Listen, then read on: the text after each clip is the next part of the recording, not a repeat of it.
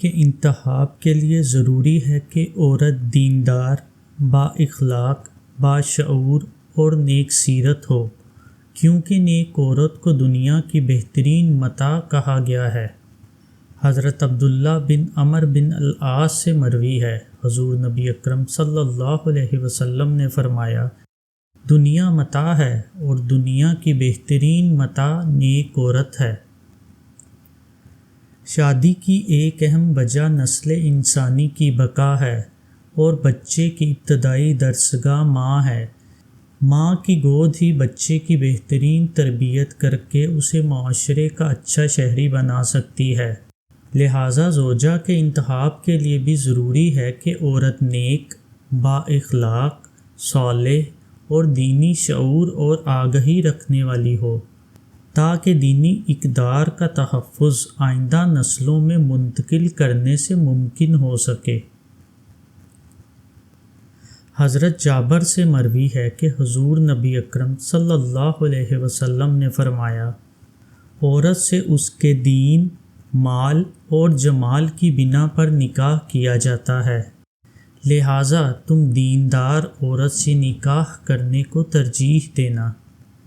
اس حکم کی تاکید کی گئی ہے کہ دیندار عورت سے نکاح ہی دنیا و آخرت کی فلاح حاصل کرنے کے لیے ضروری ہے۔ علاوہ ازیں عورت شوہر سے محبت کرنے والی، مشکلات میں صبر و شکر کرنے والی، دور اندیش، لڑائی جھگڑے سے اجتناب کرنے والی اور سلیقہ شعار ہو، کیونکہ ان صفات کی حامل خاتون ہی شوہر کے لیے بہترین زوجہ ثابت ہو سکتی ہے۔ حضرت معقل بن یسار سے مروی ہے کہ حضور نبی اکرم صلی اللہ علیہ وسلم نے فرمایا، محبت کرنے والی اور بچے جننے والی عورت سے شادی کرو، کیونکہ میں تمہاری کثرت کی وجہ سے امتوں کے سامنے برکت حاصل کروں گا۔ حضرت ابو ہریرہ رضی اللہ عنہ سے مروی ہے کہ حضور نبی اکرم صلی اللہ علیہ وسلم نے فرمایا، کوئی مومن کسی عورت سے 4 باتوں کے سبب نکاح کرے، اس کے مال، اس کے نسب، اس کے حسن اور اس کے دین، اور تجھے چاہیے کہ ان صفات میں سے دیندار عورت کو حاصل کرے۔ دیندار سے مراد دین پر قائم رہنے والی اور دین کی سمجھ بوجھ رکھنے والی ہو، جو ازدواجی زندگی کو کامیاب بنانے میں اپنا کردار ادا کر سکے۔